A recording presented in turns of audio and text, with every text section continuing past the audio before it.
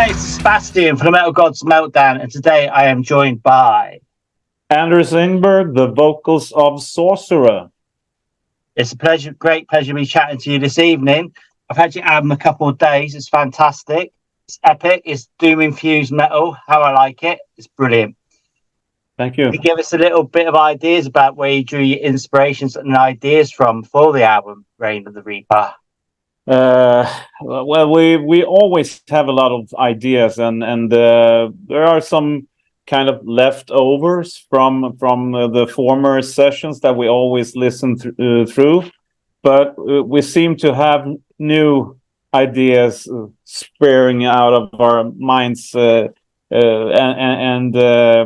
we actually wrote new songs for this album. We had 15 ideas that we boiled down to 8 this time. So yeah. Wow, so 15 songs then. So do you plan to release any more, like on an EP or something? No, they're not. You misunderstand. They're not, full blown, ready to rock songs. It's more of like we have 15 ideas, and then we make pretty good demos of those songs, and then we choose from those, and we put them all to the side. So maybe in the future we have a lot of songs that the demos are quite good. Maybe we will release some kind of a demo special release sometimes, but we won't, if we don't pick the songs up, we won't, re-record them or anything, for that purpose. There's a lot of creative people in this band, so they don't stand still. They write new stuff all the time. That's what you need, though, isn't it? That's what you need. Yeah. So this is your 4th album. Would you say this is the most complete Sorcerer album to date? I think it's the most, varied album. I mean, it's very dynamic in the songs and the songs we put on there. And for once, it's also out of the conceptual aspect. We wanted to go back and make a old school album, with A-B side, not the double vinyl that we've been doing for the last 3 albums. So it's a bit shorter, but it's also very, dynamic in the songwriting, I think. So yeah, maybe some people, will think that, there's too many fast songs, or there's too few slow songs or whatnot. I don't know, but we're very happy with it. That's the most important thing, as long as you're happy with it. Are you getting excited for release day in a few weeks' time? Yeah. I mean, the album's been mixed and ready for 6 months now, so I mean, it's about time. But yeah, we're very excited, and we've got some, reviews coming in, and some. Looks really good. So hopefully people out there will also enjoy it. We're very hopeful. Absolutely. I'm seeing you're going to have a release party in Stockholm when it's on release day. Do you plan to do like a live stream of that?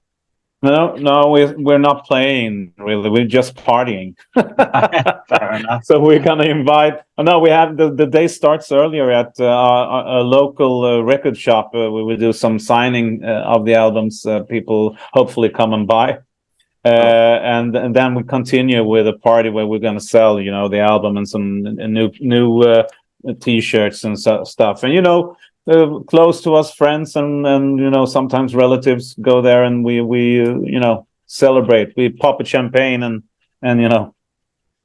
see what happens. Yeah. So what format's the album getting released on? Obviously digital and vinyl. Is it going to be released on cassette?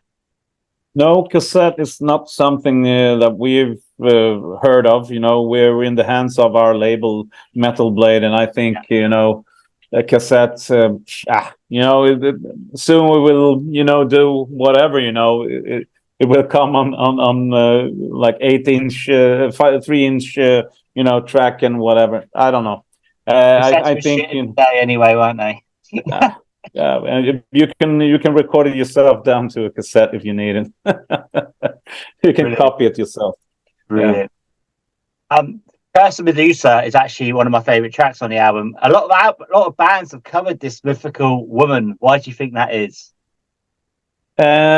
I think as we do, I think a lot of people, find the Greek mythology, really interesting, and for the kind of music that we play, I think those kind of subjects, we really like to pick up something that is a fact or an historic kind of fact, and then do something with that. So as we did with the last album, we did a kind of a conceptual album, but not a narrative one. We had 9 songs that stood by themselves, but there was some truth in there, and there was some fiction in there. So that's what we like to do, I think. Absolutely, because I think like when you released your Arse Down, when we were still in COVID, weren't we? All just coming out of COVID. It just seems like a blur to me now.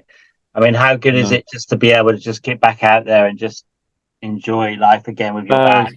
But it feels really good, and this is what people needs. I think, to get back into normal. But there's always something. There's wars and there's whatnot. So yeah. So how was Bloodstock for you? That was great. We loved it. It was damn hot, but yeah, we loved it. I would love to go back. It was really nice. I was surprised that there was that amount of people in the middle of the day, looking and watching. I didn't see anyone turning away and leaving. So it was great. Fantastic. It's got to be like 15,000 or something watching. That was awesome. That's brilliant. Well, you're purebred, proper heavy metal in my eyes. So yeah, I think you would have got the audience, and the audience would have stuck around. That, totally. Yeah. Yeah. What are your plans then for the remainder of the year and looking into next year? Yeah, not too much this year. We have a few shows. We have a release show at Hammer of Doom in Würzburg in Germany on the 17th of November. This is our first, post-album show, so to speak, and then we're gonna have. I think will be one more. It's not official yet, so there will be one more this year. And then next year we're going to Poland in February. We're going to Germany to play some festivals in April, and there are some disclosed shows that can't talk about right now, but in the making. So I'm really, really hopeful, and it's more than a few actually. So brilliant. Yeah. Will you be releasing any more tracks then before release date? I mean, it's 2 weeks away now. No, we're not going to release any more tracks. I mean, the same day as the album comes out, there is something called a visualizer coming out of Curse of Medusa, and that's kind of it looks like a lyrical video, but there's no lyrics. It's more shapes and stuff regarding the Medusa, and then the actual album cover. Back and forth, some kind of record label thing. Yeah, so this time only 2 videos and 2 singles. Last time was nine videos, and that was a lot of work. Yeah, I can imagine. Yeah. Okay, then can you tell us what was the last song you listened to today? In general, yeah. I just stumbled upon something that I felt sounded quite nice. A band called Nitrate. I don't know. They're on. I think they're on the Frontiers or something. Right. Sounded like if you know Heat. Yes, more melodic hard rock. Yeah. Eclipse Heat kind of thing. Yeah. That was the last music I listened to. Otherwise, I listen to my own stuff now because I have to learn everything. For the show. Yeah. So yeah. Okay, then. So if there was a heavy metal song about yourself, what would it be called? Oh, the bald angry dude. I don't know. We see the hairline dude, mate. Yeah. No, but I think